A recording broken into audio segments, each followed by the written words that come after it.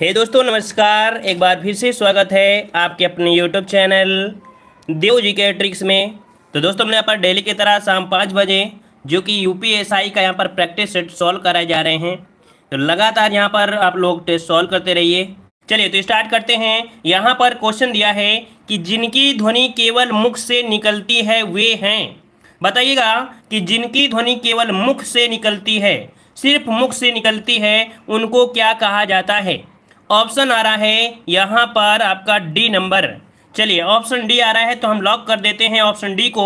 यहाँ पर option D हो जाएगा। उन्हें निर्नुनासिक कहते हैं। क्या कहते हैं? उन्हें निर्नुनासिक कहते हैं। याद रखिएगा, जैसे आप अपना इधर उधर ऐसे आप बोलते हैं तो ऑप्शन डी हो जाएगा। नेक्स्ट क्वेश्चन दिया है, इनमें से कौन सा संयुक्त व्यंजन नहीं है। संयुक्त व्यंजन की बात करते हैं तो आप सभी को पता होगा कि संयुक्त व्यंजन की संख्या आपकी 4 होती है और इनमें से अगर बात करते हैं तो आपका जवाब क्या हो जाएगा। चलिए बिल्कुल सही है। यहाँ पर आपका 2 का ऑप्शन डी हो जाएगा। जो फा है, फा, ये संयुक्त व्यंजन आपका नहीं है। ठीक है। नेक्स्ट क्वेश्चन दिया है, निम्न में से किस शब्द में आ उपसर्ग नहीं लगा है। चलिए बताइएगा कि किस में आ उपसर्ग नहीं लगा है। चलिए यहाँ पर दिया है आकथ दिया है, अभेद दिया है, अचूक दिया है और आपका अनुज दिया गया है।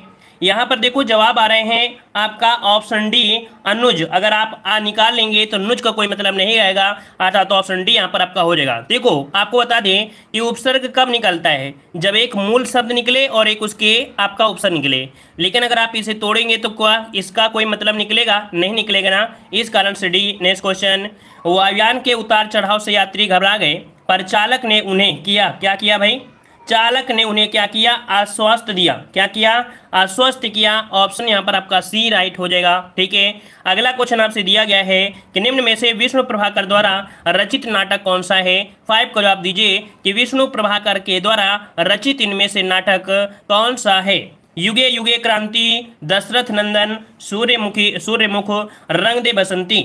चलिए यहाँ पर ऑप्शन आ रहा है यहाँ पर ए नंबर। बिल्कुल जवाब जिसका भी आ रहा है ए नंबर राइट हो जाएगा कि विष्णु प्रभाकर द्वारा रचित नाटक है युगे युगे क्रांति है। क्या है? युगे युगे क्रांति यहाँ पर आपका हो जाएगा। ठीक है। और यहाँ पर अच्छा भाई देखो यहाँ पर दिया गया है कौन सा? दशरथ नंदन। दशरथ नंदन ये किसका है? तो आपके जगदीश चंद्र माथुर का है। ठीक है। सूर्यमुख किसका आपका है? तो सूर्यमुख है लक्ष्मी नारायण का। ठीक है। और रग दे बसंती किसका है? तो भीष्म साहनी का है। तो चारों ही पॉइंट आपके क्लियर हो गए हैं। अगला क्वेश्चन दिया है, बाणभट्ट की आत्मकथा किस विधा की पुस्तक है। चलिए जवाब दीजिएगा, बाणभट्ट की आत्मकथा किस विधा की पुस्तक है। तो ये बाणभट्ट ने जो आपका है एक आत्मकथा है इनकी। क्या है भाई? ये इनकी सॉरी ये उपन्यास है, माफ करिए उपन्यास है। बाणभट्ट की आत्मकथा क्या है? ये उपन्यास है इनका। ऑप्शन क्या बनेगा यहाँ पर? डी हो जाएगा। उपन्यास है, इसका ऑप्शन बनेगा डी। ये उपन्यास है इनका बाणभट्ट। ये क्या है आपका? उपन्यास है। नेक्स्ट क्वेश्चन दिया है कि कंद इंद समदेह उमा रमन अरुणानयन अनयन जाहि दीन परनेह करनहु कृपा मर्दति में पूछा है कौन सा छंद है। यहाँ पर पूछा है छंद कौन सा है। तो देखो यहाँ पर दोहा, रोला, सोठा ये सब नहीं है। इनमें से ये आपका क्या है? ये है आपका बरवे है। क्या भाई? बरवे। अगर आपने पढ़ा हो बरवे तो ऑप्शन क्या बनेगा यहाँ पर? डी हो जाएगा। बरवे इसका जवाब आपका हो जाएगा। ठीक है। अगर मात्रा निकालना है तो आप निकाल सकते हैं, कोई दिक्कत इसमें से नहीं है। ठीक है। यहाँ पर निकाल सकते हैं, देख लेते हैं, फिर भी प्रयास करते हैं, फिर भी निकाल कर देखें क्या डी नंबर आपका होगा या सी नंबर होगा, क्योंकि काफ़ी लोग जवाब सी दे रहे हैं और काफ़ी लोग जवाब दे रहे हैं डी नंबर। फिर भी प्रयास कर लेते हैं, हो सकता है हमसे भी गलती हो सकती है ना। चलिए देखो कुंद दिया है तो यहाँ पर मात्रा क्या लगेगी? यहाँ पर आपका डबल लगेगा, है ना। डबल आपका हो जाएगा, फिर सिंगल हो जाएगा। फिर दिया गया है यहाँ पर आपका सिंगल दिया है, फिर आपका यहाँ पर क्या है? डबल और का सिंगल हो जाएगा। फिर यहाँ पर सिंगल और सिंगल। फिर क्या दिया गया है? यहाँ पर आपका डबल हो जाएगा, फिर यहाँ पर आपका सिंगल हो जाएगा। ठीक है। फिर यहाँ पर देखा जाए तो आपका दिया है उमा में छोटा आपका हो जाएगा मतलब सिंगल, फिर आपका डबल हो जाएगा। ठीक है। फिर इसके बाद दिया गया रमन में सिंगल सिंगल सिंगल, 3 सिंगल हो जाएगा। अरुणा में देखा जाए तो आपका सिंगल फिर सिंगल और इसके बाद आपका हो जाएगा यहाँ पर डबल हो जाएगा। अयन में अगर बात करते हैं तो यहाँ पर 1 2 3 हो जाएंगे। देख लेते हैं मात्रा।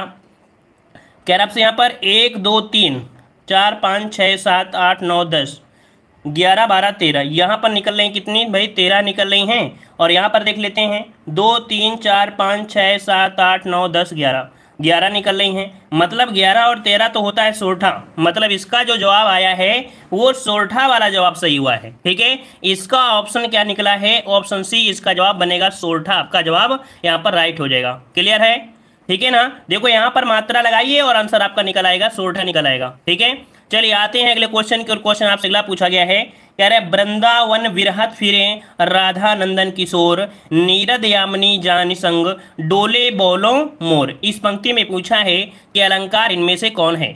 चलिए यहाँ पर बताइए अलंकार इनमें से कौन सा हो जाएगा। तो यहाँ पर 8 नंबर में देखा जाए तो ऑप्शन क्या हो जाएगा, कह रहा है वृंदावन विरहत फिरे राधा नंदन किशोर, नीरद यामिनी जानि संग।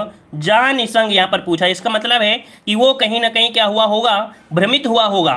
कह रहा है कि वृंदावन में राधा कृष्ण विहार कर रहे हैं और रात में उन्हें सघन मेघ समझ मोर बोलते हैं और साथ साथ चलने लगते हैं। तो यहाँ पर आपका भ्रांतिमान हो जाएगा, ऑप्शन बनेगा सी नंबर।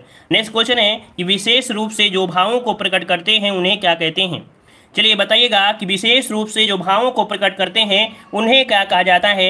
यहाँ पर आपका 9 का ऑप्शन हो जाएगा, ऑप्शन सी। यहाँ पर इन्हें बोलते हैं विभावना। क्या बोलते हैं, विभावना कहते हैं। जो भावों को प्रकट करते हैं उन्हें विभावना, ऑप्शन सी। नेक्स्ट क्वेश्चन दिया है कि वीर पुत्र को जन्म देने वाली वाक्यांश के लिए एक शब्द बताइए। वीर पुत्र को जन्म देने वाली जो होती है उसे क्या कहते हैं।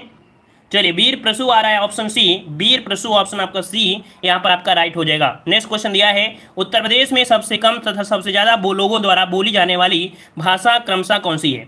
देखो सबसे पहले पूछा गया है क्या, सबसे कम फिर सबसे ज्यादा।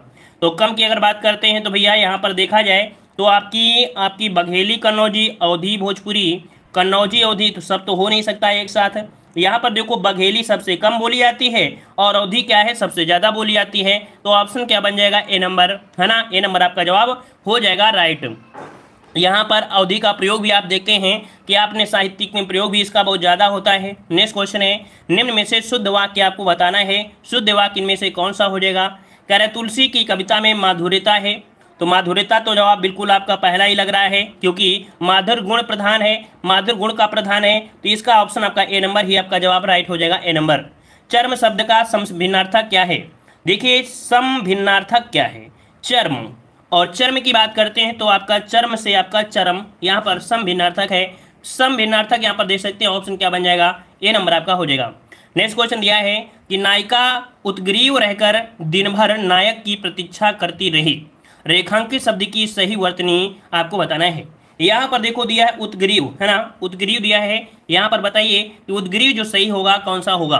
चलिए काफी लोगों के जवाब यहाँ पर आ रहे हैं, ऑप्शन बी उत्ग्रीव इस प्रकार से राइट हो जाएगा। ठीक है, बी नंबर आपका राइट हो जाएगा। अगला है निम्न में से काटना का तत्सम क्या है। चलिए बताइए जल्दी से, काटना का तत्सम बताइए, काटना का तत्सम। चलिए भाई सभी के जवाब आ रहे हैं, यहाँ पर कर्तन आ रहा है। चलो ऑप्शन आपका सी नंबर बिल्कुल सही है, राइट आंसर आपका हो जाएगा सी नंबर, कर्तन। नेक्स्ट क्वेश्चन है निम्न में से कौन सा विलोम युग्म त्रुटिपूर्ण है। विलोम युग्म त्रुटिपूर्ण है आपका कौन सा। तो देखिए आमिष का दिया है समिष, आधार का आधेय, विनय का उद्धत, विपत्ति का संपत्ति। मतलब आपका जवाब ये भी सही है, ये भी सही है, ये भी सही है। लेकिन यहाँ पर त्रुटि आपका कौन है, ए नंबर में, क्योंकि आमिष का होता है निरामिष। क्या होता है विलोम, आमिष का होता है निरामिष होता है, निरामिष होता है, याद रखिएगा। ठीक है, निरामिष इस प्रकार से हो जाएगा। नेक्स्ट क्वेश्चन है यथाशीघ्र शब्द का समास क्या होगा। यथाशीघ्र में समास पूछा गया है। यथा क्या है, ये एक उपसर्ग है और उपसर्ग जो होता है अव्यय होता है और जो अव्यय होता है वो आपका अव्ययी भाव समास होता है। तो लगभग सभी का जवाब आ गया है ऑलरेडी। यहाँ पर आपका अव्ययी भाव समास हो जाएगा। अव्ययी भाव समास का पहला पद क्या होता है, प्रधान होता है। ठीक है ना। अगला क्वेश्चन दिया है निम्न में से किस काव्य के कवि हरिऔध हैं। मतलब आपसे पूछा है कि हरिऔध जो आपके हैं ये किस काव्य के हैं। यहाँ पर प्रियप्रवास, साकेत, कामायनी या लोकायतन। चलिए काफी विद्वान साथी जवाब देने शुरू कर दिए हैं और आ रहा है ऑप्शन यहाँ पर प्रियप्रवास। तो ऑप्शन आपका जवाब हो जाएगा प्रियप्रवास, आपका हो जाएगा हरिऔध। ठीक है ना। वहीं पर आपका जो दिया गया है और कोई तो नहीं है, क्योंकि लोकायतन तो आपकी पंत जी की है ना, कामायनी जयशंकर प्रसाद की है, साकेत मैथिली शरण गुप्त की है। तो आपका बचा क्या, तो यही आपका हो जाएगा ये नंबर। नेक्स्ट क्वेश्चन दिया है भारत मित्र अखबार के संपादक कौन थे। भारत मित्र अखबार के संपादक कौन थे। यहाँ पर आपका राइट आंसर क्या बनेगा, राइट आंसर आपका 19 का बनेगा सी। ये थे आपके बाल मुकुंद, जो कि आपकी कलकत्ता से प्रकाशित होता था ऑप्शन क्या बन जाएगा, सी नंबर आपका राइट हो जाएगा। नेक्स्ट क्वेश्चन दिया है, इनमें से कौन सा शब्द पुल्लिंग है। यहाँ पर पुल्लिंग शब्द की पहचान करना है। राशि कैसी है, विधि और जाति और शशि। मतलब यहाँ पर ऑप्शन क्या बन सकता है, ऑप्शन बन जाएगा यहाँ पर आपका शशि। शशि जो आपका दिया गया है। जाति कैसी है भाई, कैसी है तो भाई ये तो पुल्लिंग आपका हो जाएगा, पुल्लिंग नहीं होगा, ये स्त्रीलिंग होगा, है ना। विधि कैसी है, राशि कैसी है, तो शशि जो आपका बनेगा डी नंबर। नेक्स्ट क्वेश्चन दिया है, गद्यांश को पढ़ना है। गद्यांश में दिया है एक सच्चे वीर पुरुष के बारे में। सच्चे वीर अपने प्रेम और जोर से लोगों को सदा के लिए बांध देते हैं। वीरता की अभिव्यक्ति कई प्रकार की होती है, कभी लड़ने मरने खून बहाने से, तोप तलवार के सामने बलिदान करने से होती है, तो कभी जीवन के गूढ़ तत्व और सत्य की तलाश में बुद्ध जैसे राजा विरक्त होकर वीर हो जाते हैं। वीरता एक प्रकार की अंतः प्रेरणा है, जब कभी उसका विकास हुआ तभी एक रंग बाहर संसार छा गया। वीरता हमेशा निराली और नई होती है, वीरों को बनाने के कोई कारखाने नहीं होते हैं, है ना। मतलब यहाँ पर वीरता के बारे में पूरी तरीके से दिया गया है। चलिए यहाँ पर देख लेते हैं इस गद्यांश के उपयुक्त शीर्षक क्या है।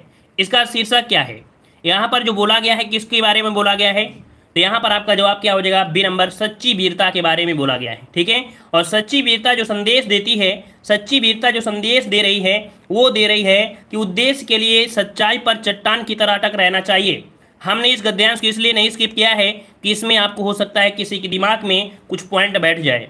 दिया है उद्देश्य के लिए, अगर आपका कोई उद्देश्य है तो सच्चाई पर चट्टान की तरह अटल रहना चाहिए। ठीक है, अगर आपके अंदर जुनून है कि हमें ये करना है तो आप उसी में अटल रहिए, इधर उधर भटकेंगे तो भी आप भटक जाएंगे। ठीक है, तो यहाँ पर ऑप्शन सी हो जाएगा। नेक्स्ट क्वेश्चन है, वीरों की देवदार के वृक्ष से तुलना की गई है। क्यों, जो देवदार के वृक्ष होते हैं, जो देवदार के वृक्ष होते हैं वो स्वयं पैदा होते हैं और बिना किसी के दूध पिलाए बढ़ते रहते हैं। याद रखिए, जो देवदार के वृक्ष होते हैं वो लगाने से नहीं होते हैं, ऑटोमेटिक चट्टानों में भी उग जाते हैं और चट्टानों में भी यहाँ पर खड़े रह सकते हैं। अगला क्वेश्चन है, निम्न में से कौन सा रूप वीरता का नहीं है। तो वीरता का रूप इनमें से कौन सा नहीं है, यहाँ पर वीरता का रूप नहीं है। देखो यहाँ पर युद्ध हो गया, दान हो गया, त्याग, ये सब वीर है, लेकिन क्रोध करना ये वीरता नहीं होती है। अगर आप क्रोध कर रहे हैं तो ये वीरता का प्रतीक नहीं होता है, याद रखिए। नेक्स्ट क्वेश्चन दिया है, वीरता का एक विशेष लक्षण क्या है।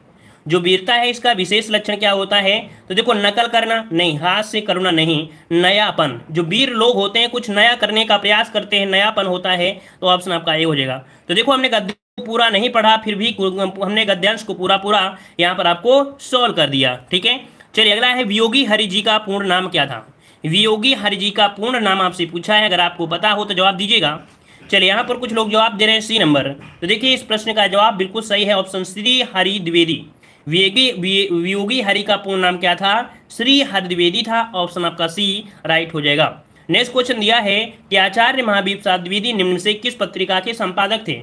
वेरी IMP क्वेश्चन है और बार बार क्वेश्चन ये आपको पूछा जाता है एग्जामों में कि आचार्य महावीर प्रसाद द्विवेदी की जो पत्रिका है इनमें से संपादक रहे हैं वो आपकी कौन सी पत्रिका के, तो आपकी सरस्वती पत्रिका, ऑप्शन आपका सी राइट हो जाएगा। नेक्स्ट क्वेश्चन दिया है कि किस रस का संचारी भाव उग्रता गर्व हर्ष होता है। चलिए बताइए कौन सा रस है जिसमें से संचारी भाव जो आपका होता है, जो आपके में कह सकते हैं हृदय में क्षण भर के लिए आता है, जैसे उग्रता हो गया, गर्व हो गया, हर्ष हो गया। यहाँ पर ऑप्शन क्या बनेगा, वीर रस। क्या, वीर रस, ऑप्शन आपका बी हो जाएगा। नेक्स्ट क्वेश्चन दिया है कि चौपाई के प्रत्येक चरण में मात्राएं कितनी होती हैं। चौपाई के प्रत्येक चरण में जो मात्राएं होती हैं वो कितनी होती हैं, यहाँ पर आपका 29 का ऑप्शन बनेगा। यहाँ पर सी नंबर 16 मात्राएं, जो कि बिल्कुल इजी क्वेश्चन है। नेक्स्ट क्वेश्चन आपसे अगला दिया है, बिहारी निम्न में से किस काल के कवि हैं। बिहारी का नाम तो आपने सुना होगा और ये भी सुना होगा कि ये रीति काल के बहुत ही प्रसिद्ध आपके यहाँ पर कवि हैं, तो ऑप्शन क्या बनेगा, यहाँ पर आपका सी हो जाएगा, रीत काल के। देखो कुछ लोग जवाब दे रहे हैं आधुनिक काल, आधुनिक काल नहीं है भैया, ये है रीत काल के। नेक्स्ट क्वेश्चन, भाषा की सार्थक लघुतम इकाई क्या है। भाषा की सार्थक लघुतम इकाई इनमें से क्या हो जाएगी, तो देखिए सबसे लघुतम क्या हो जाएगा, यहाँ पर ध्वनि होती है। क्या होती है, ऑप्शन सी हो जाएगा, ध्वनि हो जाएगा। यहाँ पर शब्द नहीं होती है। अगर शब्द की बात करेंगे तो हम आपसे बोले ये कमल है, तो ये कमल तो क्या हो जाएगा, ये तो आपका क्या हो जाएगा, शब्द हो जाएगा। तो यहाँ पर ये पूरा नहीं होगा, यहाँ पर ध्वनि होती है, सबसे छोटी ध्वनि होती है। नेक्स्ट क्वेश्चन दिया है, पूर्ण विराम का प्रयोग किया जाता है। बताइए पूर्ण विराम का प्रयोग होता है कहाँ होता है, तो सभी को पता होना चाहिए कि वाक्य के अंत में होता है, ऑप्शन क्या हो जाएगा, बी नंबर। नेक्स्ट क्वेश्चन दिया है कि लालटेन शब्द निम्न वर्गों में से किस वर्ग में आता है। लालटेन पूछा गया है, लालटेन, और जो लालटेन है ये कैसा है, यहाँ पर ऑप्शन आ रहा है बी आपका, यहाँ पर बी आ रहा है, कुछ लोगों का देशज आ रहा है, कुछ लोगों का डी आ रहा है। अलग अलग प्रकार के जवाब है, याद रखिए। इस प्रश्न का ऑप्शन जो बनेगा 33 का ऑप्शन बनेगा डी, तो ये आपका विदेशज है। कैसा है, विदेशज हो जाएगा, बिल्कुल सही जवाब है।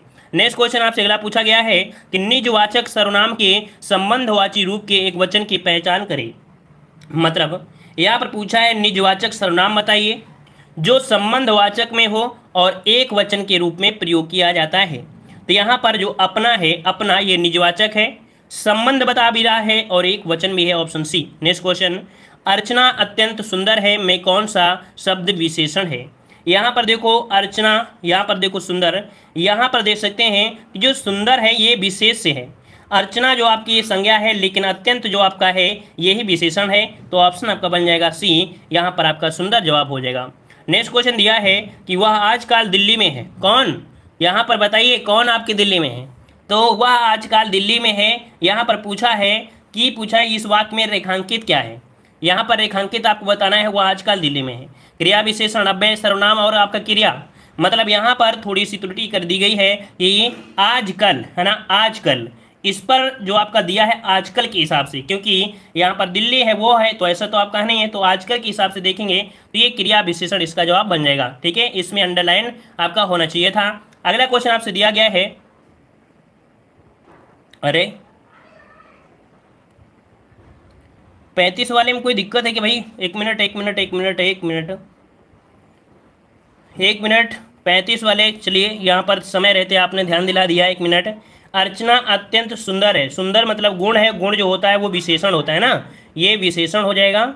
और यहाँ पर अत्यंत जो आपका है ये विशेषण की विशेषता बता रहा है, तो ये इसका हो जाएगा प्राविशेषण बन जाएगा, प्राविशेषण बन जाएगा। इसका मतलब है पूछा है विशेषण, तो विशेषण क्या है, सुंदर। माफ करिए, इसका ऑप्शन सी हो जाएगा।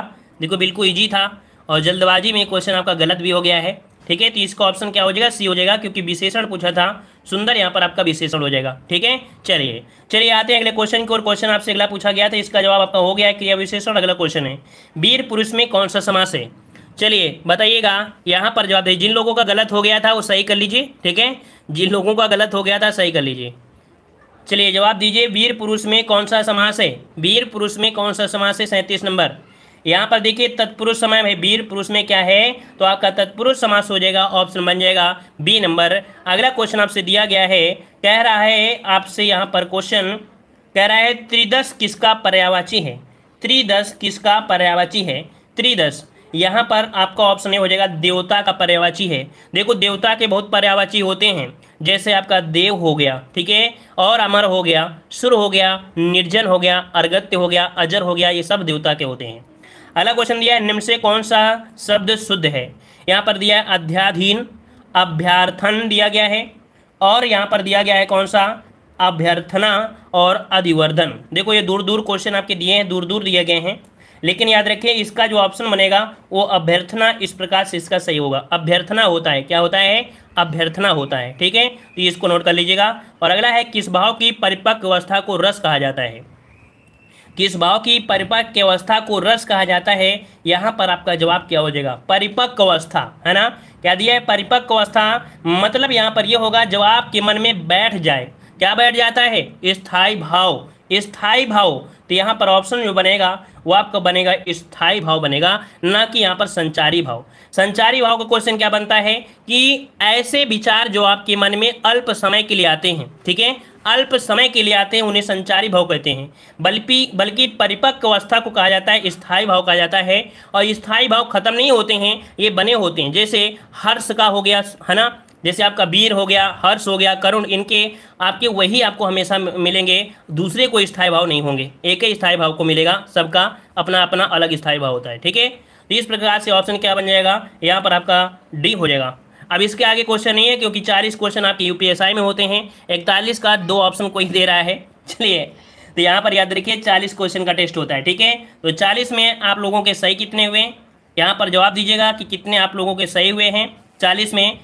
उम्मीद है कि 1 या 2 क्वेश्चन ही आपको गलत होना चाहिए, 1 या 2 क्वेश्चन ही गलत होना चाहिए। मतलब यहाँ पर आपके आज का स्कोर हमारे हिसाब से 35, जो बहुत ही कमज़ोर होंगे 35 होंगे, 36, 37 इतना स्कोर लगभग गया होगा।